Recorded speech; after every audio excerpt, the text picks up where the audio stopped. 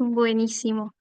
Bueno, muchas gracias, Carla, y también agradecemos a la U Socioambiental por este proyecto y esta invitación. Le damos la bienvenida a todos y todas quienes se van conectando.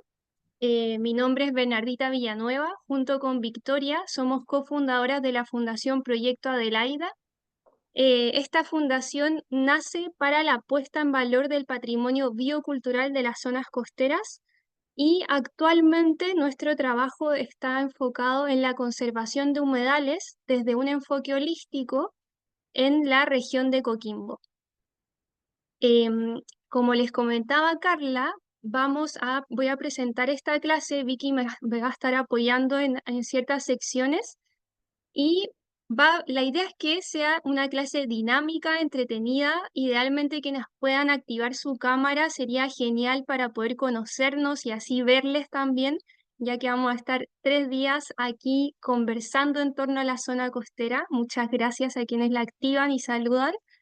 Nos encantaría saber quienes habitan en una zona costera, que nos cuenten en qué zona costera viven, sí que lo pueden escribir ahí en el chat para ir conociéndonos también. Y además también, qué bueno que van activando sus cámaras. Además también quienes no habitan una zona costera, que puedan escribir cuál es la zona costera que más visitan tal vez a lo largo del año, cuál es la zona costera que más conocen. Así podemos también ir conociéndonos, contarles que yo en este momento estoy habitando en la región de Valparaíso, en la zona costera de Maitencillo.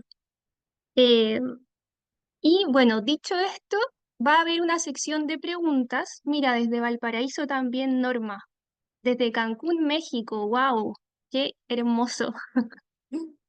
Bueno, entonces va a haber un espacio de preguntas también. Después de cada sección, de cada ecosistema, yo voy a dar un pase para las preguntas.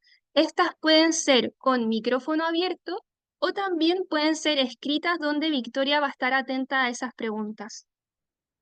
Em, y por último, para que no se me vaya nada, eso, que disfruten esta clase. Ahora yo voy a compartir pantalla y me cuentan si ven. Nos vamos a la primera acá. ¿Se ve bien? ¿Sí? Se ve Sí. bien. Perfecto, muchas gracias. Bueno, entonces ya les comenté de la fundación y el objetivo de este curso, el objetivo por el cual hoy en día estamos reunidos y reunidas, es para conocer las dinámicas que existen en la zona costera, poder conocer los usos, las amenazas que también existen y conocer las formas en cómo podemos acercarnos a su cuidado y ser partícipes activos de la protección de la zona costera. Vamos a estar estos 3 días viendo distintos temas y en la clase de hoy vamos a identificar de forma muy general los elementos del paisaje que componen la zona costera. Vamos a conocer el valor ecosistémico, vamos a hablar de biodiversidad y de las dinámicas también que suceden en este territorio. Acá en la imagen de la derecha es un sector que intencionamos su conservación, que es al norte de la bahía de Guanaqueros, donde está el humedal Lagunillas, que es el único humedal también costero de la bahía de Guanaqueros. Entonces, vamos a partir con esta pregunta: ¿borde costero o zona costera?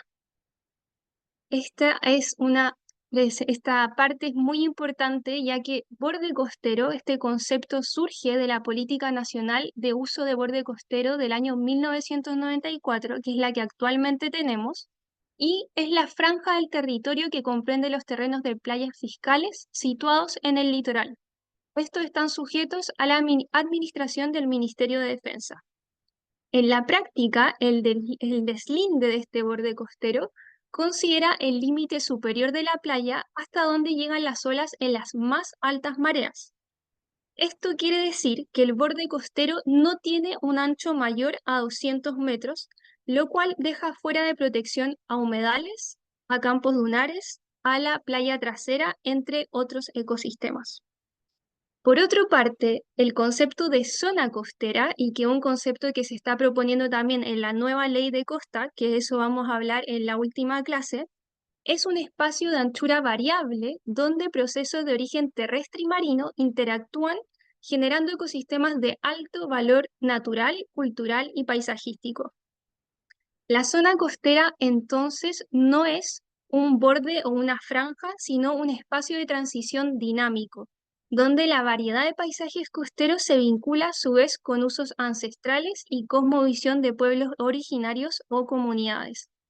Acá también, para reflejar y comparar estos dos conceptos, finalmente el borde costero es un concepto fragmentista que no incluye y no integra la dinámica costera y las múltiples paisajes que existen en ella. Es por eso que a partir de este momento nos encantaría que todas y todas pudiesen comenzar a referirnos como zona costera, ya que es el concepto integral que debiésemos estar utilizando. Ahora quiero que hagamos esta parte participativa y con esta imagen satelital, que es de la zona norte de la Bahía de Guanaqueros, ustedes me digan qué ecosistemas ven presentes en este territorio. Aquí pueden abrir sus micrófonos, feliz de escucharles. Los Bueno, puntitos rojos, creo que hay un bosque de kelps ahí, porque se ve más oscuro el mar.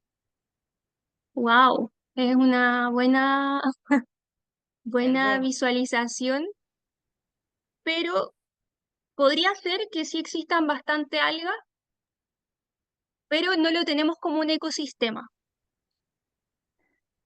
¿Alguien Vermis. Uno al más? parecer, Si en el chat dicen humedal, Danira, Humedal, Macarena Jiménez dice un río, dunas tal vez en la playa, humedal y playa, y Vera dice campo dunar.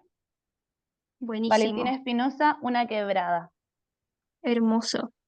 Y nos falta, creo que mencionaron casi todos, faltan dos ecosistemas. Ángela Tenemos Saavedra, entonces, disculpa, Ángela tenemos, Saavedra dice intermareal rocoso. hermoso, ese era uno y nos falta el último. Tenemos Gerardo entonces suma quebrada, humedal, que la quebrada, el humedal está presente en la quebrada, en ese tipo de río también que se ve. Tenemos playa, tenemos campos dunares, tenemos intermareal rocoso y nos estaría faltando uno. aquí sumaron un par más. Gerardo suma médano, estuario, Pamela Ortiz. ¿Cuál es el que falta? Bueno, nos falta el más cercano hacia la zona sur que se ve, que es la, bueno, mirando así de frente, que es la zona marina. Entonces Mar vamos a estar hablando de estos ecosistemas que ustedes mismos identificaron en esta imagen satelital y para adentrarnos a hablar de cada uno de ellos, vamos a conversar de qué entendemos por ecosistema cuando nos referimos a un ecosistema. Entonces, un ecosistema es un solo hábitat en que los organismos vivos y los componentes no vivos interactúan entre sí. Como vemos en esta imagen a la derecha, contienen cadenas y redes de interacciones entre los organismos y su entorno y está en constante cambio y transformación. Cuando hablamos de organismos vivos, hablamos de toda la biodiversidad que puede existir en un ecosistema. Siempre cuando hablamos de biodiversidad tenemos que pensar en flora, fauna y funga. Y además también cuando hablamos de los organismos vivos tenemos que pensar en todas estas interacciones que se muestran acá, como a la imagen de la derecha, que es una red trófica. Entonces en esta red trófica también tenemos los productores primarios, como lo es la vegetación, tenemos descomponedores y así luego tenemos también consumidores primarios, secundarios, hasta llegar tal vez al tope de esta red trófica, en este caso representada por un tipo de zorro y también un rapaz. Pero lo que queremos reflejar con esta imagen es que un ecosistema es una interacción entre estos organismos vivos y que sería el medio biótico y lo abiótico, que serían elementos como el suelo, el aire, la luz solar, la temperatura, entre otros.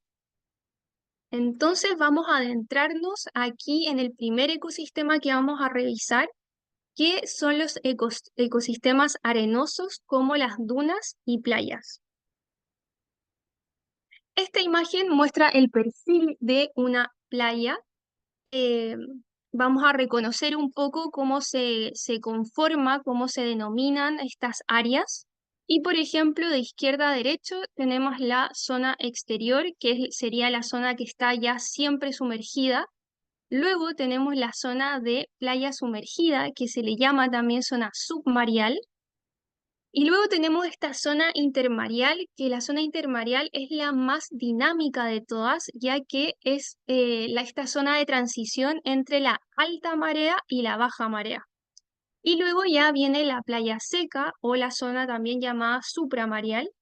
Y después tenemos las dunas, que en las dunas ya podemos ver tipos de vegetación pionera, luego vegetación arbustiva y en algunos casos vegetación arbórea.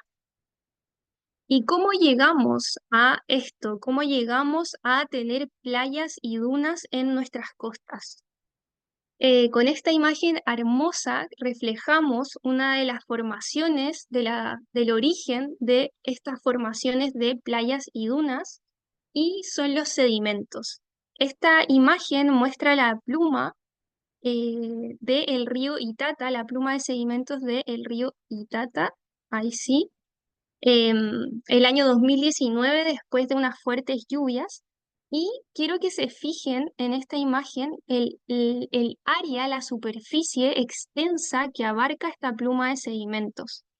Entonces, estos sedimentos, al ser naturalmente depositados en el océano, de las cuencas arriba, al ser más fino también, luego con las corrientes y las mareas, las olas, son arrastrados también hacia tierra.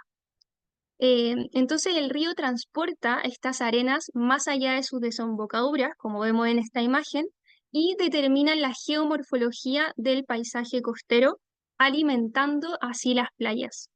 Y es importante destacar también que si no contamos con este aporte de sedimentos desde los ríos, nuestras playas desaparecerían producto de la actividad erosiva natural de las marejadas, de las olas y así. Entonces es súper importante que siempre tengamos presente que el aporte de sedimentos de origen desde las cuencas y los ríos es súper importante para mantener nuestras playas activas y con arena. Y por otra parte, también tenemos el otro origen de estos sedimentos que vienen desde la erosión marina, donde naturalmente esta erosión se refiere a la fuerza, por ejemplo, de las olas que impactan contra rocas, van extrayendo levemente también sedimentos y estos sedimentos, al igual por ser más livianos, van terminando en tierra. Esta diapositiva creemos que es súper importante mencionarla y no la quisimos dejar atrás, que dice, el agua de los ríos no se pierde en el mar. Creo que algunos y algunas tal vez escucharon hace cierto tiempo y también es algo que se suele escuchar en medios de comunicación de personajes públicos que dicen que el agua de los ríos se pierde en el mar y que está siendo ineficiente. Bueno, esto no es así, el agua de los ríos no se pierde en el mar. Naturalmente, el agua de los ríos debe desembocar en el océano y los beneficios que esto otorga a las comunidades costeras son múltiples. Ya mencionamos uno, como el aportar sedimento y mantener nuestras playas activas, y el otro es que genera una barrera natural a la entrada de agua salobre río arriba.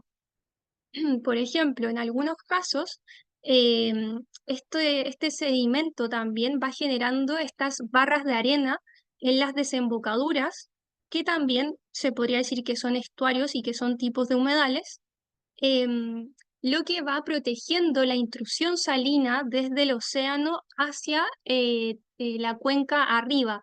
Y esto quiere decir que también se protegen acuíferos y se están protegiendo también ciertas especies de agua dulce que habitan agua arriba. Por otra parte, también determina las condiciones hidrográficas y oceanográficas necesarias para sustentar diversos hábitats en la zona costera, como humedales, como bueno, las playas, etcétera.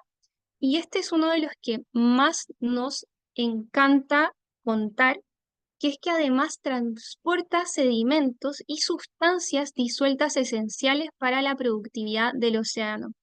Acá se incluye el carbono, el nitrógeno, el fósforo y silis. O sea que además de las cuencas estar aportando sedimentos y nutrir las playas, están nutriendo y permitiendo las condiciones para que los organismos marinos se puedan desarrollar, como microalgas y bivalvos, solo por dar un ejemplo. Ahí, ahí sí. Bueno, entonces, ahora, ¿cómo nos vamos a la formación de las dunas? ¿Cómo se origina esta formación de dunas? Principalmente por la acción del viento, que es uno de los agentes constantes en las zonas costeras, que es quien va arrastrando y moviendo la arena hasta formar un cúmulo. Y parte fundamental de este cúmulo, de que se mantenga en el tiempo, es la instalación de vegetación. Y cuando se instala vegetación en un cúmulo, se le llama ya que es una duna estabilizada. Como su palabra lo dice, es una duna que ya se mantiene en el tiempo, que está firme. Y bueno, este es un proceso también que lleva muchos años. De hecho, bueno, todas las playas que existen actualmente son formaciones milenarias, son tiempos de miles de años. Y también importante saber que playa y duna interactúan constantemente. En esta imagen, este es un campo dunar también de Santo Domingo, en la región de Valparaíso. Y este caso, queremos solo mostrarlo, solo reflejar también, esta duna es una duna milenaria, la más alta, la que se ve atrás, que ha sido intervenida por uso humano, pero no nos vamos a ir ahí, sino que solo quiero reflejar con esta imagen cómo podemos ver vegetación instalada en la duna. Y luego, si nos vamos también a la duna de atrás, al sector izquierdo, vemos que existe vegetación, pero que toda esta vegetación ha sido arrasada por la actividad del 4x4. Y quiero reflejar cómo han dejado esta duna desprovista de vegetación, y junto con ello, cuando una duna pierde su vegetación, se hace una duna móvil, lo que la hace vulnerable, hace que pierda sus contribuciones y hace que pierda también arena a una forma acelerada. Este dato queremos destacarlo, que de los 4.200 kilómetros de costa que tiene Chile aproximadamente, solo un 5% corresponde a ecosistemas arenosos. Y cabe acá reflexionar y preguntarnos de qué forma estamos cuidando hoy en día estos ecosistemas. Actualmente no existe ninguna ley que proteja estos ecosistemas. Hemos visto lo que ha pasado en el campo dunar de Concón, eh, en la zona central también, que ha sido una expansión inmobiliaria enorme. Y bueno, saber que, por ejemplo, en Europa sí existen medidas de conservación y protecciones para los campos dunares, em, y que también existen muchos proyectos innovadores de restauración que aquí recién se están implementando en algunos sectores. Cuando hablamos de las contribuciones de estos ecosistemas, vamos a mencionar acá algunas, pero son grandes refugios para la biodiversidad en vegetación, en fauna y en funga. Algunos pueden pensar que no hay hongos en las costas, pero sí existen múltiples tipos de líquenes que son hermosos. Y además son reservas de sedimentos para alimentar la playa, como comentamos. Son sitios de alto valor cultural.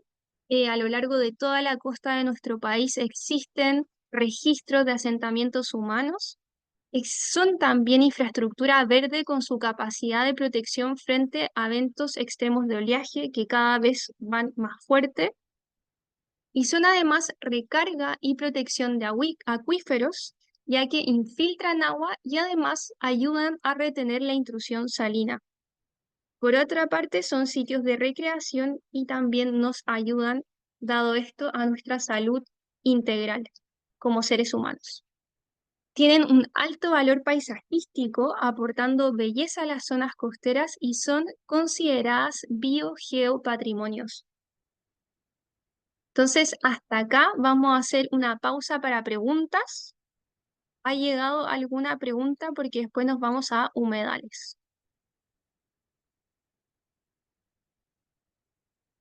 Si quieren pueden dejarnos preguntas por el chat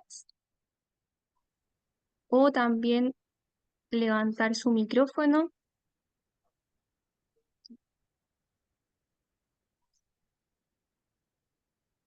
o algún comentario que quieran hacer en torno a los ecosistemas arenosos.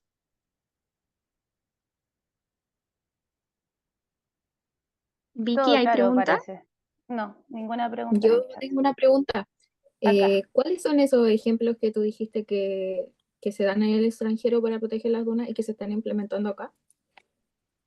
Mira, el sector de la herradura en Coquimbo existió un programa de restauración que lo implementó la Universidad Católica del Norte, junto creo que una tesista, y instalaron unas tipos de mallas, pero hechas de coligües, ponte tú, como de palos, y finalmente esta malla lo que hacía era cumplir el efecto de la vegetación de retener arena. Entonces lo que hacían, bueno, con la acción del viento, como tenía este tope, que era esta malla de palitos, cumplía esa función de ir reteniendo e ir formando estos cúmulos.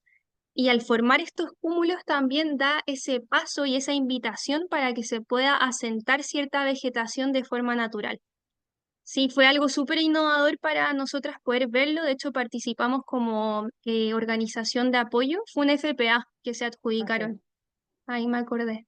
sí. Y Ahí bueno, es lo único innovador que hemos visto. Dale, Vicky. no, ahí sumar también que ya darle sectorizar la duna y poner este resguardo hace que la erosión, que las personas y las mascotas, perros o animales no pisen la duna, entonces mucho más rápido que se vuelva a regenerar y también acentuar la vegetación. Ah, sí, y ahora recuerdo otro proyecto que se instaló en La Serena, también con la organización Olas Limpias y el CRDP, que claro, ellos delimitaron la zona de la duna, entonces la gente ya no pisaba la vegetación, que la iba también degradando, entonces también hicieron eso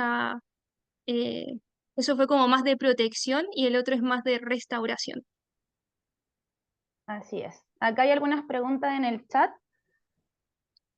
Macarena pregunta, ¿que sean biogeopatrimonios le da algún estatus social como de conservación o protección? Em, O sea, como estatus social, ¿a qué te refieres con estatus social? ¿Como que sea reconocido por las mismas personas? En ese caso, sí, Sí, claro, sí. Es también un concepto muy hermoso, ya que involucra distintas áreas como la biología, la geografía y el patrimonio. Entonces, sí es un concepto que debiésemos también estar destacando y usando. Eh, pero claro, en cuanto a su protección oficial, tal vez como una figura legal de protección, no está considerada como tal. claro, se refería a eso, como una figura legal. Los Mm. biogeopatrimonios hoy en día en Chile se están haciendo un poco más conocidos, pero claro, como dice Bernie, no tienen una protección legal políticamente hablando. Se está avanzando recién en la ley de costas y de a poco se están sumando estas nuevas figuras que son más integrales a la protección del ecosistema, hablando de un biogeopatrimonio, que ahí englobamos la biología, la geología y los patrimonios culturales también. Acá hay otra pregunta. ¿Qué sedimentos alimentan las dunas? Pregunta Camila Valdés. Y otra más, que Mario Ángel Argel pregunta cómo se pueden identificar y proteger una duna legalmente. Bueno, respecto a la primera pregunta, ¿qué sedimentos conforman las dunas? ¿Eso fue? ¿Cuál? Alimenta la duna. Alimentan la duna. Son los mismos sedimentos que conversamos en cuanto al origen. Estos son sedimentos que provienen desde las cuencas, desde las desembocaduras, eh, que luego son arrastrados por las olas y van a terminar a tierra. Se podría decir que pueden terminar, bueno, dependiendo de las condiciones del viento, etcétera, pero siempre también hay que entender que los sedimentos de playa y duna se retroalimentan, están siempre en constante interacción, moviéndose. Si es que son dunas más movibles o, bueno, dependiendo de la intensidad del viento, etcétera. Y la segunda pregunta, Te la comento al tiro, pero ahí también agregar que también el tipo de sedimento depende del lugar geográfico, de donde nace la cordillera y llega hacia el mar. Y también va a depender, por ejemplo, acá en la cuarta región tenemos la presencia de embalses. Y este tipo de embalses cortan la bajada de los sedimentos desde la cordillera, entonces son menos minerales los que atraen, entonces al cortar el embalse, por ejemplo, el Puclaro, en el río Elqui, no llegan los sedimentos desde la cordillera, sino que llegan los sedimentos desde el embalse Puclaro hacia abajo. Entonces ahí va a ir cambiando también el tipo de sedimento que llega a la desembocadura o distintas desembocaduras.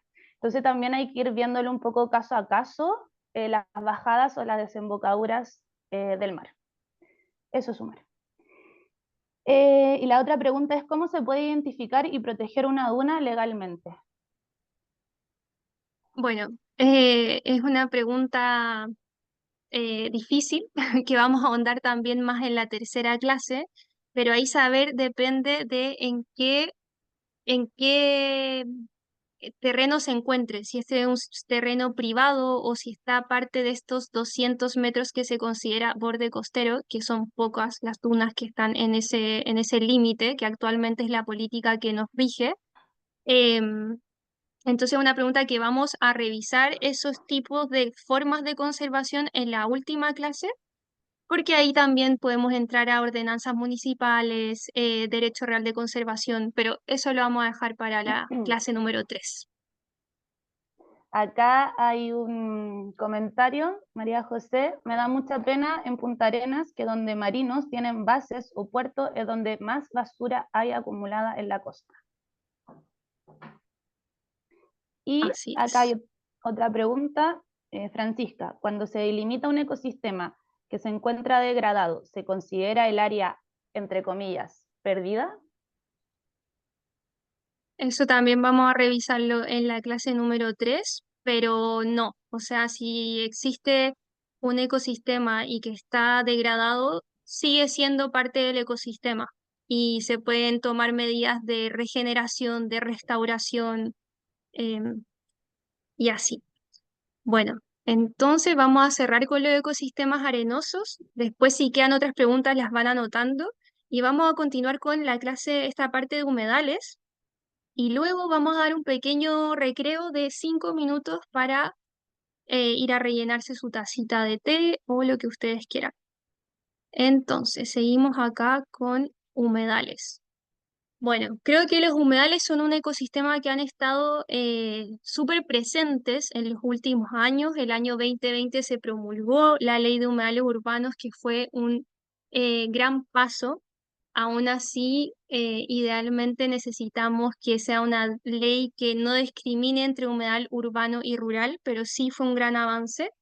¿Y por qué eh, por qué queremos tanto y por qué se están promulgando y accionando también por la conservación de humedales? Aquí vamos a interiorizarnos en esto y primero entender qué son los humedales.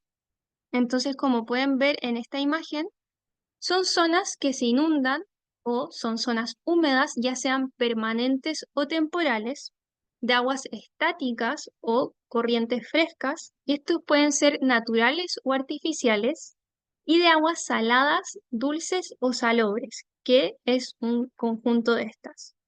Y sí existe una indicación que es definida por parte de Ramsar, que no pueden, o que mejor dicho, que su límite máximo de profundidad son 6 metros. Ramsar es esta organización internacional que trabaja al cuidado de los humedales. Em, entonces, viendo esto, podemos notar que las características que tiene un humedal son súper amplias y diversas.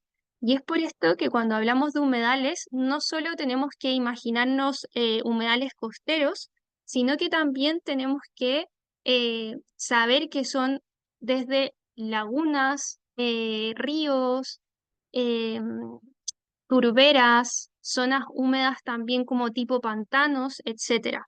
Embalses también son considerados humedales artificiales, ya que finalmente cuando hablamos de humedales son ecosistemas húmedos donde existe vegetación y desde esta vegetación otras especies animales encuentran refugio y pueden desarrollarse.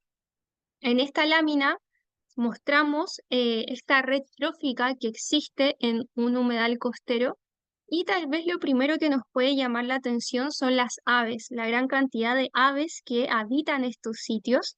Eh, y junto con ellos, si pensamos las aves, siempre tenemos que mirarlas como bioindicadoras, ya que cuando vemos un ecosistema que hay bastantes aves, podemos concluir que tienen alimento, que un sector donde hay alimento, donde hay otros animalitos o existen algunas algas también que ellos se pueden alimentar.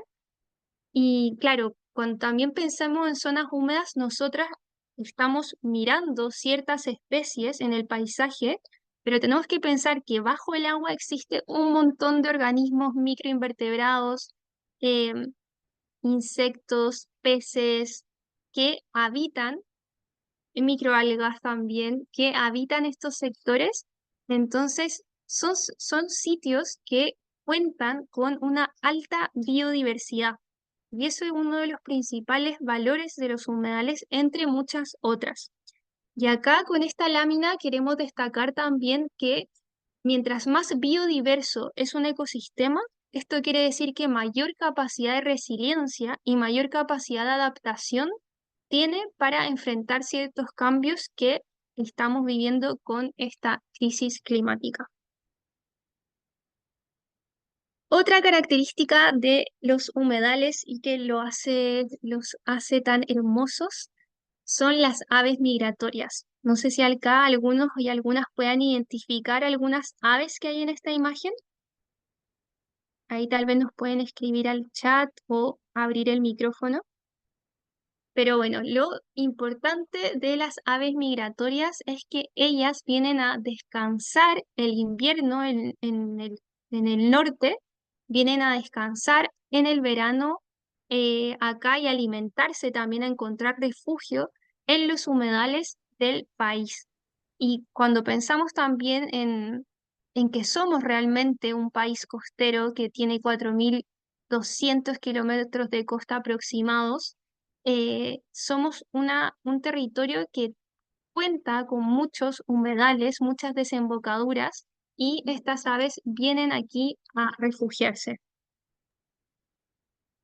Las contribuciones que otorgan estos humedales son culturales, son de abastecimiento y de regulación. Dentro de las culturales también, como les mencionaba con las dunas, estos son sitios sagrados y espirituales, ya que antiguamente las personas y seres humanos habitaban y se desarrollaban en estos espacios encontrando refugio, alimento. Además son espacios de recreación, de sitios de ecoturismo, de monumentos y tradiciones culturales. De abastecimiento, desde peces y otros alimentos que se encuentran, abastecen también de materias primas como fibras, además y uno de los más importantes tal vez el abastecimiento de agua dulce, recursos genéticos también y médicos, y además también podrían proporcionar energía hidroeléctrica. Por otra parte están estas contribuciones de regulación como el secuestro de carbono, la purificación del agua, también la regulación de los flujos de agua, la mitigación de inundaciones, la protección costera y la descomposición de residuos orgánicos. Es por esto que hoy en día los humedales son sitios prioritarios de conservación y los humedales también tienen una característica, bueno, los humedales costeros tienen una característica muy bonita y a la vez interesante, ya que nos dan cuenta cómo está la salud de la cuenca hacia arriba. Son indicadores también de cómo se está comportando la cuenca hacia arriba, de si existe algún contaminante, alguna actividad que esté afectando, etcétera. Y con esta imagen queremos también invitarlos a que ustedes puedan conocer más de nuestro trabajo. Esta es una imagen que es un material que está disponible gratuitamente en nuestra web para acercar a las personas con los humedales y las especies que habitan en estos sectores. Es un dibujo para colorear, para hacer una actividad que además está acompañado por unos libretos. Y hasta acá quería saber si hay algunas preguntas en torno a los humedales. Sí. Bueno, comentarles que en el chat les puse nuestra página web para que la guarden y nos puedan ahí sacar el material. Y hay algunas preguntas, bueno, sumaron también que Diana preguntó cuántos humedales tiene Chile. Vale le respondió que según el Ministerio de Medio Ambiente, alrededor de 18.000. Cuando Buenísimo. preguntaste sobre qué tipo de humedales, también existen los salares, que hoy día están muy impactados por el tema de la extracción de litio. Los humedales alto andino también sumar ahí, que son un importantísimo corredor biológico de cordillera mar. Y acá Constanza pregunta, ¿puede ser la creación de un humedal artificial una solución a las inundaciones en las poblaciones? La creación de un humedal artificial, una solución a la inundación en las poblaciones. Así es.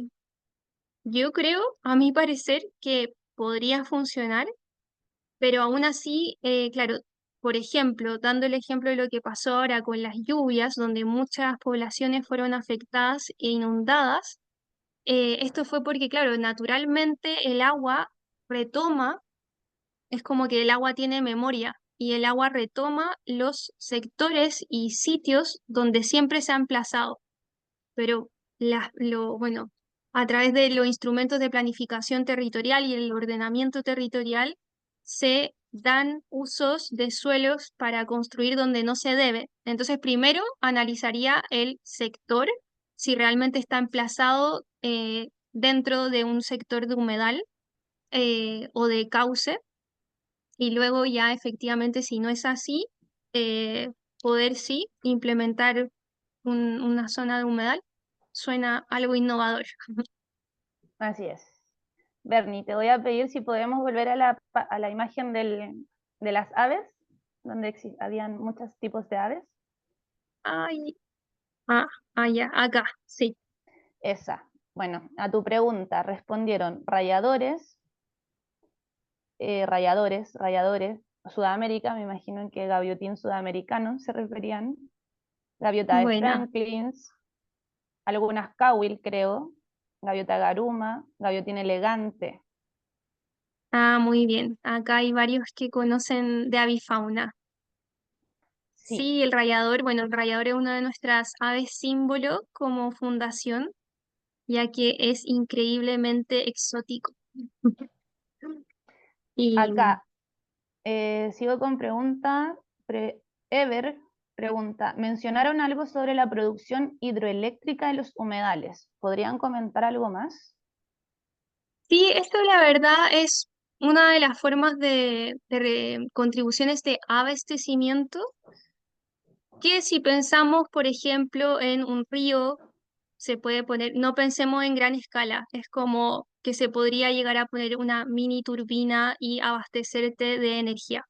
Son contribuciones que están desde como establecidas por ciertas organizaciones internacionales, más allá de que estemos 100% de acuerdo, pero es como para hacerse una idea de todas las contribuciones que pudiesen llegar a aportar estos humedales. Gracias. Acá otra pregunta. Gianfranco, ¿humedales alto andino entra en la ley de humedales urbanos como protección? Lamentablemente no, ya que no están considerados dentro de un área urbana, o sea, los humedales altoandinos son consideradas, casi siempre están en uso de suelo rural, y ahí siempre que ustedes quieran analizar si un humedal entra dentro de la ley de humedales urbanos, tienen que irse directamente al plano regulador intercomunal y revisar el uso de suelo. Y además pueden también solicitar esa información al municipio o a la seremía o también al MIMBU. Y eso también lo vamos a conversar la última clase. Fernanda Sierra pregunta, ¿qué tipo de acciones de protección, conservación se realizan en humedales Ramsar y cuáles son los requisitos que debe tener un humedal para ser declarado Ramsar? Mm, ¿Ahí quieres aportar también? Sí, Tal vez bueno, léela de nuevo. no, ¿qué tipo de acciones de protección y o conservación se realizan en humedales Ramsar y cuáles son los Ah, requisitos que debe tener un humedal para ser declarado Ramsar? Bueno, aquí, per- dale amiga. bueno, ahí mencionar a las aves también, que las aves son como un objeto de conservación súper importante para Ramsar. Eh, entonces, esa podría ser como una, un indicio, una característica fuerte de que pueda ser considerado Ramsar. Y no recuerdo alguna otra, habría que revisarlo. Bueno, aquí sumar que en Chile, tipo de acciones o protección o de protección o conservación en los humedales que sean Ramsar no existe legalmente, sino que es un nombramiento a nivel, es como un, eh, ¿cómo Sí, un decirlo? Como un, nombramiento. sí, Ujú. internacional que le da Ramsar. Ramsar es una convención que empezó como el año más o menos 1950, donde más de 90 países eh, se reunieron para proteger estos humedales o las zonas húmedas. Pero en sí, en Chile no tiene ningún valor legal de conservación, solamente es una Claro. identificación que le dan a un sitio por tener ciertas condiciones, que son estas condiciones, como decía Bernardita, de ser humedal y de tener una gran biodiversidad de fauna presente o de avifauna e importancia para las aves migratorias. Mm, Entonces existen algunos sitios Ramsar que son humedales altoandinos, pero eso no quiere decir que tengan una protección o conservación legal aquí en Chile, claro. lamentablemente. Y ahí destacar que tampoco existe un plan de manejo asociado a esa figura, a ese nombramiento. Entonces, realmente cuando buscamos proteger un ecosistema con una figura legal de protección, buscamos tener un plan de manejo que disminuya las amenazas, que trabaje en su protección, es lo que asegura realmente como una protección y conservación de un lugar. Y Ah, dicho esto, vamos por el tiempo a dar un recreo de 5 minutos. Son las 6:51. ¿Les parece a las 6:56 volver y comenzamos con la zona intermareal? ok, quedaron algunas preguntas, pero las dejamos para el final. Súper, sí, gracias. Nos vemos en 5 minutos.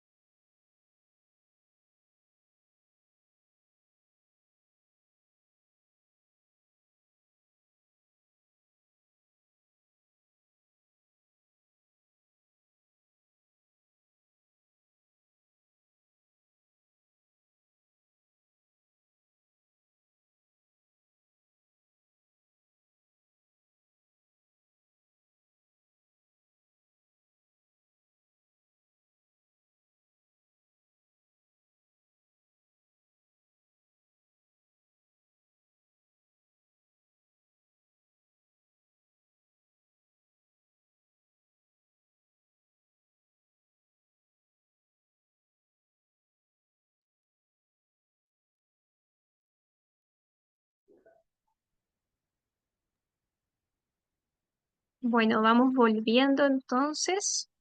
6:56. Vayan activando sus camaritas para saber que volvieron, que están ahí. Y me cuentas, Vicky, si es que ya se empiezan a conectar, me das el pase para seguir. Esperamos un momento. Sí, hay ¿Estamos? personas, sí, dale nomás. Hay personas que Ya, tienen la cámara mala, pero están presentes. ya, buenísimo. Bueno, entonces seguimos en esta segunda parte de los ecosistemas asociados a la zona costera. Ahora nos vamos a ir al intermareal y vamos a hablar más del intermareal rocoso, como pueden ver en estas imágenes. Y acá también recordar, por ejemplo, cuando ustedes han visitado alguna zona costera y se han ido a la parte de las rocas, es increíble todas las texturas que aparecen de organismos, los colores también que existen en estas partes, y es un ecosistema que es muy importante ya que tiene esta función que es una zona de transición entre los ecosistemas terrestres y marinos. Existe una alta biodiversidad de organismos marinos asociada a esta zona también. Participa dentro de la protección costera, influencia en la pesca y la acuicultura local y tiene la capacidad para purificar el agua y absorber nutrientes. En esta imagen se muestra también la distribución espacial de la flora y fauna en un intermareal rocoso. Si nos vamos a la zona inferior, que sería la zona que está constantemente sumergida en agua, podemos ver que existe una gran diversidad de algas, pastos marinos también, que en Chile son muy escasos y muy importantes. Tenemos también los nudibranquios. No sé si acá alguien ha tenido la oportunidad de bucear o de hacer snorkel en estas partes. Y es increíble la cantidad de la forma de estos organismos que son tan especiales con sus colores, con sus características, que realmente estar en otro mundo. Tenemos erizos también, algunos peces, estrellas de mar, soles de mar, poliquetos, que son estos gusanitos, y así camarones también. Una zona muy, muy diversa. Después, si nos vamos a la parte media y a la parte superior, tenemos que pensar que este sector es donde queda expuesta en el aire. Entonces acá es como muy impresionante imaginar la capacidad de adaptación de estos organismos, que se tiene que adaptar a estas condiciones de quedar expuesta al aire, al sol, al viento, bueno, también estar más expuesto a los depredadores. Y acá en esta parte tenemos también mejillones, choritos, cangrejos, lapas, estos chitones también que le llamamos acá, también otros tipos de algas y así un montón de biodiversidad. Y acá también ya vemos en esta parte superior la presencia de avifauna.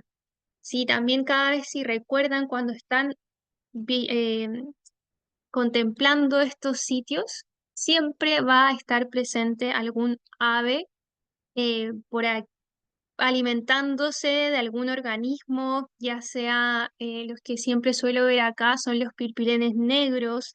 Le encanta estar en estos ambientes rocosos y también los chungungos también se alimentan de estas zonas, van a alimentarse como depredador tope, la alondra felina. Y así, estos ecosistemas intermareales rocosos tienen múltiples contribuciones, la que les mencionaba, la ecosistemas de alta biodiversidad, es el hogar de una gran variedad de plantas y animales, y es importante acá recordar que son únicos de estos lugares, que se dan en estas condiciones también, que pueden enfrentar el aire, el sol, etcétera. El ecosistema intermareal es una zona, una fuente importante de alimento, como les comentaba, para aves, para peces y otros organismos marinos, como les mencioné también el chungungo, por ejemplo. participan dentro del ciclo de nutrientes. Los sedimentos de esta zona contienen una gran cantidad de nutrientes que son esenciales para el crecimiento de las plantas y los animales, los procesos de descomposición y reciclaje de nutrientes que son cruciales para mantener la productividad del ecosistema costero.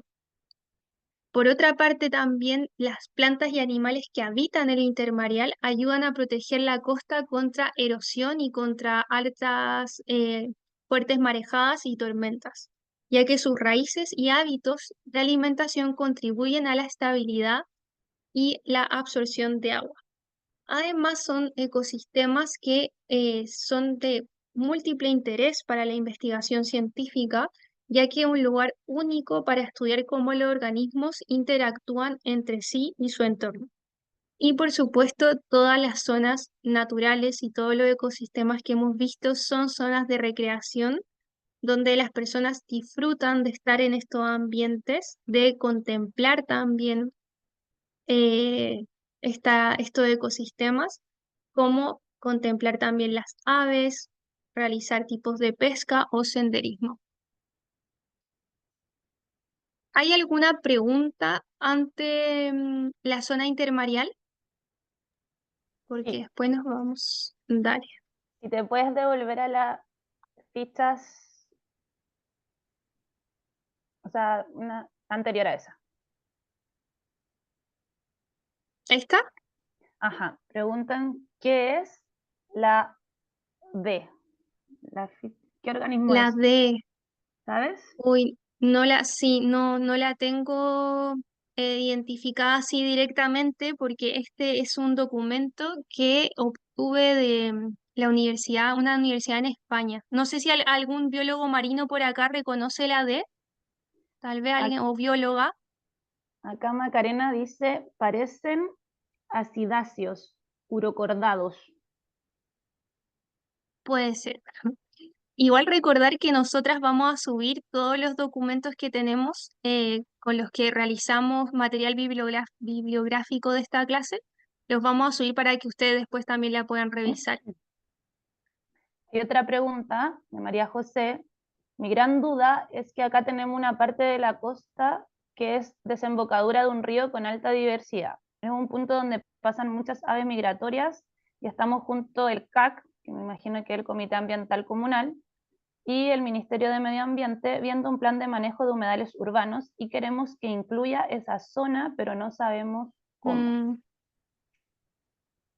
Bueno, ahí decirle que lo vamos a hablar también, una forma de conservar esa área en la tercera clase, pero en el humedal de Utah, que es una desembocadura, hay una parte que es la zona costera que se delimitó también, pero eso fue por una ordenanza municipal y se creó una reserva municipal.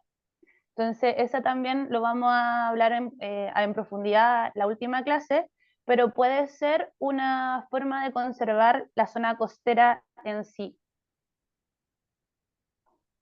buenísimo. Bueno, ahí nos compartieron una foto de un baby en la zona intermareal.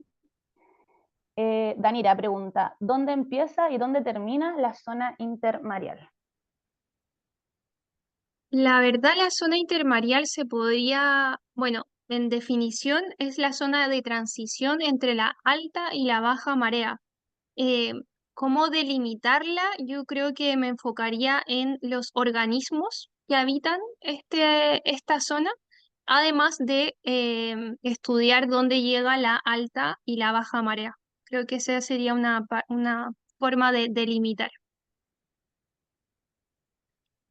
Bueno, Eso. y vamos a seguir.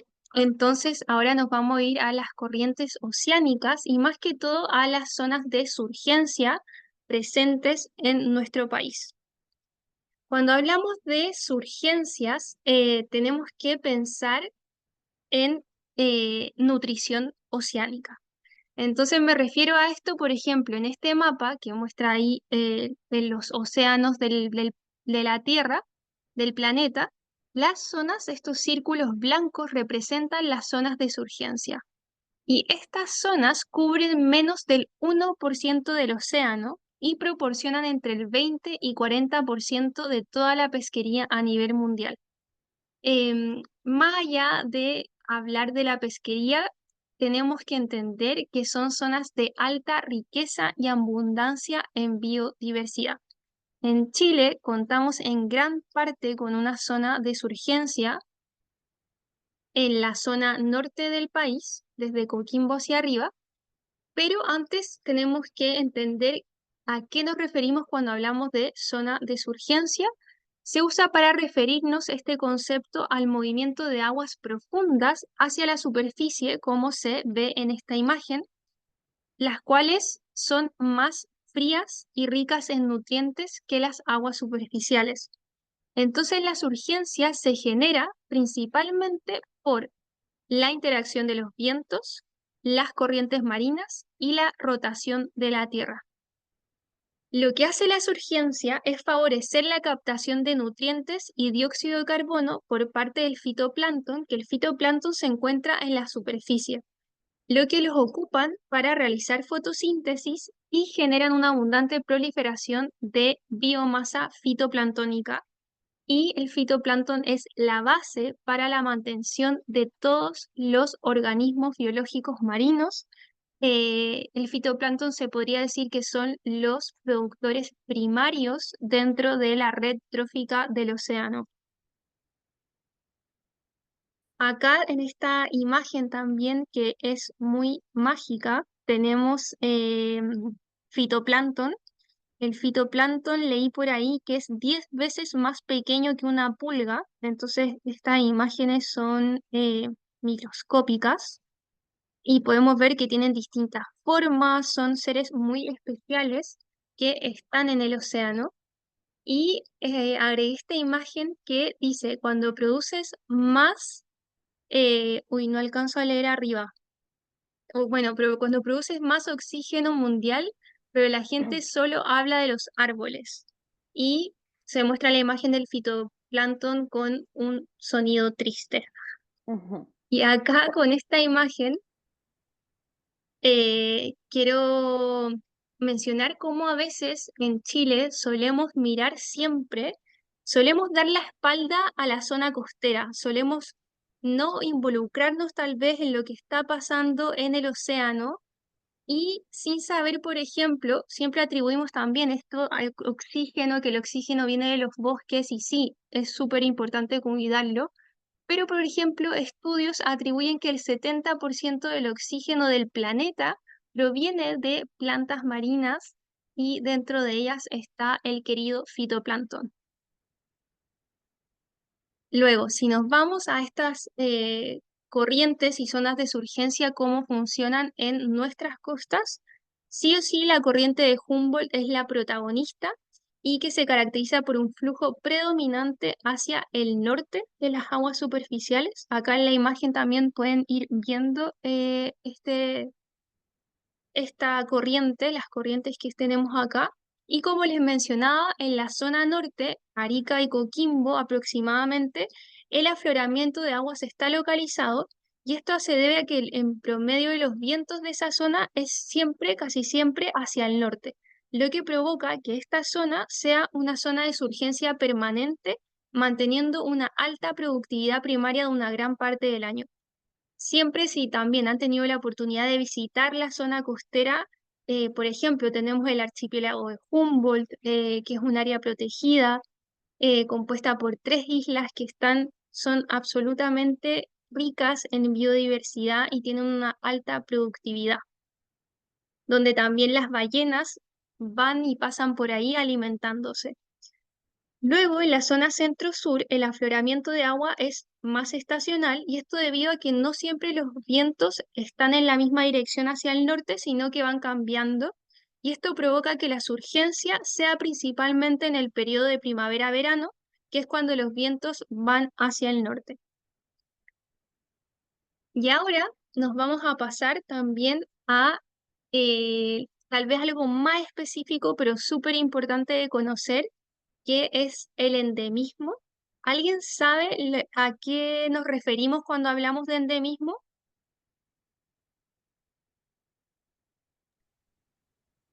escriben por ahí o pueden abrir su micrófono también. En el chat comentan especies únicas en una zona, especies que son solo de un sitio, especies propias de un territorio, propias de un lugar, especie Buenísimo. acotada a una zona muy limitada. Así es. Bueno, entonces cuando hablamos de endemismo, hablamos de especies que habitan solamente en un territorio. En este caso, aquí tenemos a un hermoso cururo, tal vez algunos lo han visto por ahí, que también habita las zonas costeras. Em, y bueno, mencionarles que acá en Chile contamos con un alto grado de endemismo en general en gran parte de las especies, pero principalmente tenemos un alto endemismo en anfibios, donde el 65% de las especies habitan exclusivamente en territorio nacional, y de reptiles, donde también un 63% de los reptiles que habitan el país, territorio nacional, cuentan con un alto grado de endemismo. Entonces esto quiere decir que solo habitan este territorio, que no están en otro continente, que están solo aquí. Em, Además, ahí mencionar, por ejemplo, que además existen especies endémicas de territorio nacional, pero su distribución puede ser aún más acotada, por lo que puede ser, por ejemplo, solo la zona del norte chico o así ecosistemas aún más pequeños. Acá tenemos este hermoso lagarto, a ver si alguien lo reconoce por ahí, que tiene unos colores eh, que resaltan, pero bueno, es el lagarto de Zapallar, también típico de la zona costera. Y además también en la vegetación, el 50% de las plantas que existen en territorio nacional son especies endémicas. Y acá también tenemos la Puya chilensis, o también conocido como chagual, que es una de las íconos también de la zona costera en la primavera.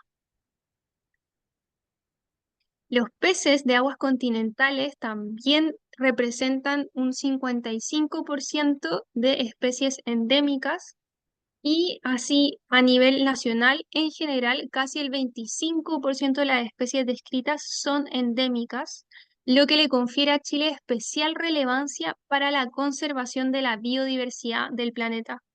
Y si nos ponemos a pensar por qué tenemos esta condición de endemismo, tenemos que llevarnos a ver nuestra geografía y pensar en la gran cordillera de los Andes que tenemos, y además en la zona costera marina, eh, que nos hace tener condiciones geográficas, paisajes también súper únicos, donde la biodiversidad se ha ido adaptando a estos paisajes y a estos contextos territoriales. Como conclusiones, antes de entrar a cerrar con las preguntas, cada ecosistema es dinámico e interactúan constantemente con factores ambientales, físicos, biológicos y químicos. Y mientras más biodiverso un ecosistema, mayor capacidad de resiliencia y adaptación. Y las zonas costeras son zonas de múltiples usos antrópicos y cada vez se enfrentan a más amenazas. Ahora estuvimos viendo solo en general los ecosistemas, el dinamismo, parte de la biodiversidad, de sus contribuciones, pero ya la clase de mañana vamos a ver también cuáles son estas amenazas, y ya el día de la próxima semana vamos a estar viendo cómo podemos acercarnos y qué herramientas podemos adoptar para acercarnos al cuidado de la zona costera. Así que desde acá, bueno, les agradezco por su tiempo, por la escucha, y vamos a contestar algunas preguntas si es que tienen por el chat.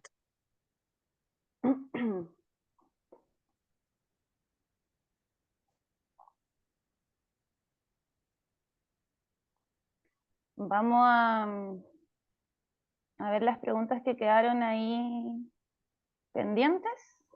A ver si las encuentro. Hola, buenas tardes. Yo tengo una consulta que tal vez en el chat puede que me cueste un poco escribirla.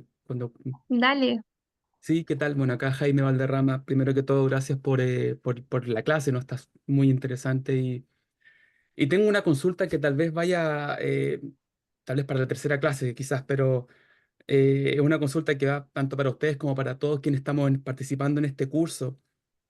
Si bien como lo he ido entendiendo, esta definición de zona costera hasta el momento se ha planteado desde los diversos ecosistemas, ¿no?, que están en ella. Ujú. En términos como más concretos, pensado como para lo que es la planificación, para el ordenamiento de un territorio en Chile, pensando la diversidad que existe tanto de sur a norte, ¿no? Es una consulta que la dejo abierta, en verdad, porque es bien complejo, ¿no?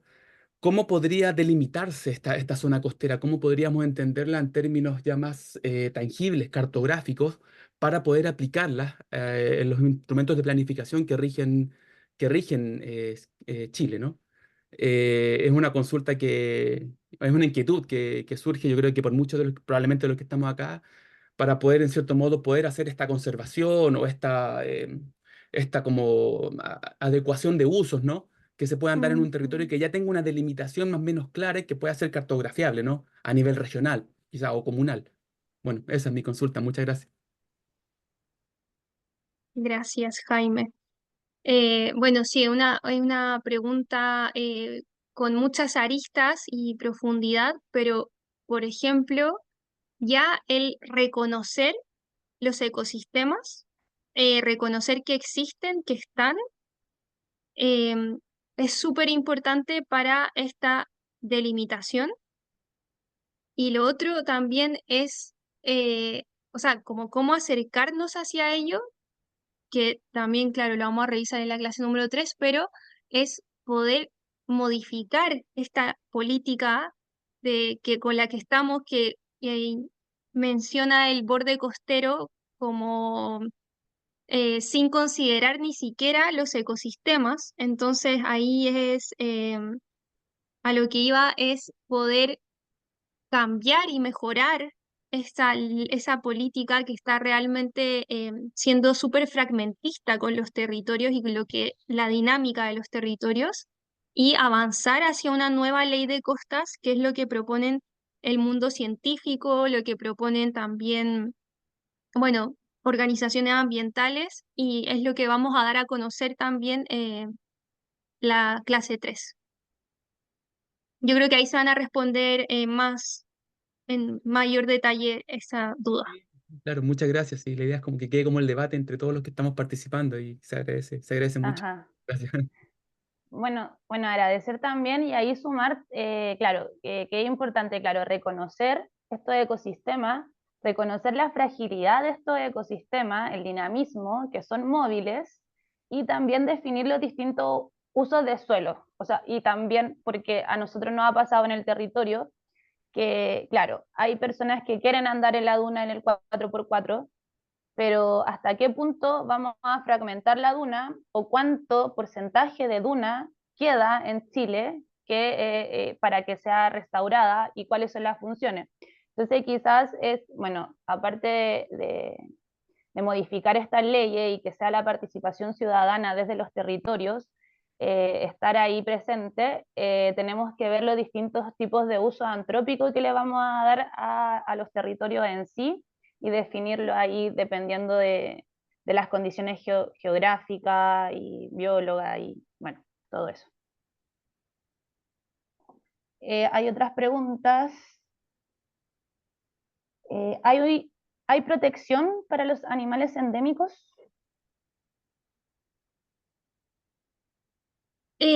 La protección más que todo se da desde la categoría de conservación que tienen las especies. Entonces, más allá de que sea endémico, eh, hay que fijarse en la categoría de conservación que te la puede dar UICN, que es un organismo internacional. Y en Chile, la que existe es la del Ministerio de Medio Ambiente, que te dice si está en categoría de vulnerable, en peligro, En peligro amenazado, crítico. claro. Eso es lo que nos da, y existen especies que están en peligro de extinción, que sí tienen recursos de protección. Pero lo que sí, al finalmente, como el grado de endemismo, lo que te dice es que es una especie importante. Podemos destacar eso, es una especie importante y que solo habita en este territorio. Pero luego ya, si queremos adentrarnos a si esta es una especie que tiene alguna figura de protección, tenemos que entrar siempre a mirar la categoría de conservación en que se encuentra. Aquí dar un ejemplo que el guayacán, que es una especie de árbol o arbusto, está protegido por ley porque está en peligro de extinción, porque fue arrasado por el uso de su madera en su tiempo de forma para crear carbón y para hacer artesanías, y eso sí está protegido, pero hay mucho desconocimiento y mucha falta de fiscalización, entonces ahí también llegamos a lo que es las políticas públicas. ¿Podrían compartir algunos documentos? Sí, creo que vamos a compartir los documentos que tenemos de bibliografía. Isabel, me gustaría saber un poco más de la surgencia permanente que hay en la zona norte. ¿Es Coquimbo y Atacama? ¿Y cómo cambia esto con el fenómeno del Niño? ¿Sigue igual? Es una buena pregunta.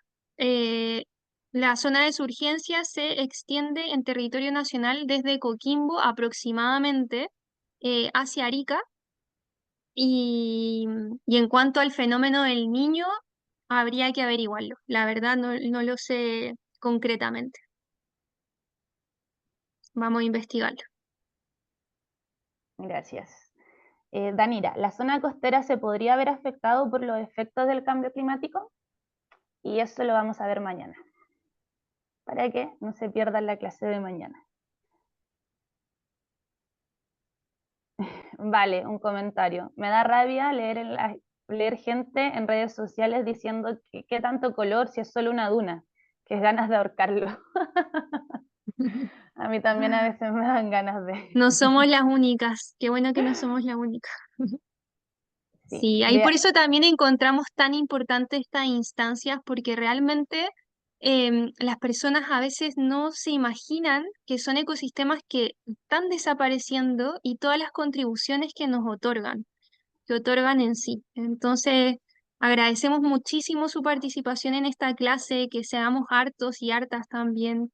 Y acá María José Gallardo levantó la mano. Si quieres, María José, hablar. Sí, mira, era comentarles algo chiquito en realidad. Pasa de que acá en Magallanes hay una agrupación que se llama Agrupación Ecológica Patagónica y ellos fueron impulsores en la ley de humedales, y parte de los problemas que vemos hoy en día con los humedales que no son urbanos, con la costa, etcétera, etcétera, es porque la ley como fue planteada por los grupos a nivel nacional no es la que finalmente salió.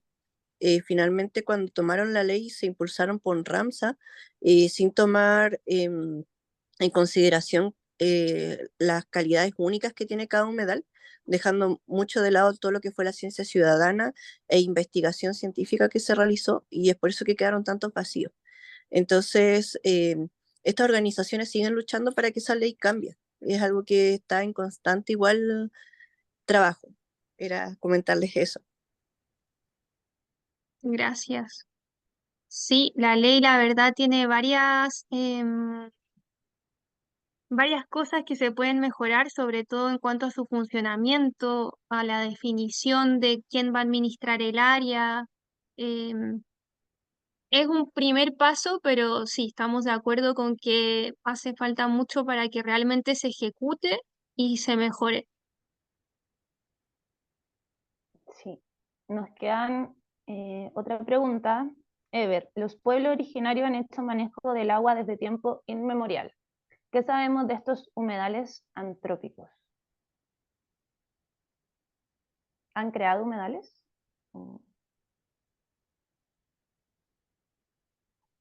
Tal vez si nos puedes dar más detalles de esa pregunta. Y bueno, mientras nos contesta Ever, ¿cuál sería el impacto sinérgico de las industrias en el borde costero y su biodiversidad. Eso también lo vamos a ver mañana sobre el impacto y las amenazas de las industrias en el borde costero, zona costera. Eso. Acá. No, sí, que la clase va a quedar grabada. Acá otra Bueno, pregunta. ¿Por qué algunos humedales costeros como la laguna de Zapallar son cerrados por la municipalidad? sí, bueno, hay humedales que naturalmente se están cerrando y se cierran también, se forma esta barra de arena ahí en la desembocadura naturalmente. Y por ejemplo, en la laguna de Zapallar eh, estaba cerrada la barra de arena y ahora con las lluvias, porque se estaban inundando algunas poblaciones, la abrieron y luego ya el cauce era tan fuerte que abrió toda la barra de arena. Y ahora no estoy segura si lo cerraron o no, pero claro, al final con lo que voy es que existe un manejo antrópico de la barra de arena en ciertos humedales que históricamente a veces se usa y a veces no.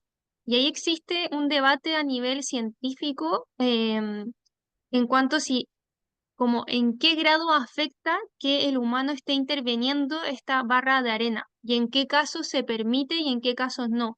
Existen lugares, por ejemplo, en la laguna de Cahuil, allá en Pichilemu, que existe un protocolo de manejo de barra de arena, por lo mismo, porque con las lluvias aumenta el volumen, inunda poblaciones y entonces se abre existe como un manejo establecido, pero en otras partes se abre más así, sin tanto protocolo, por decirlo.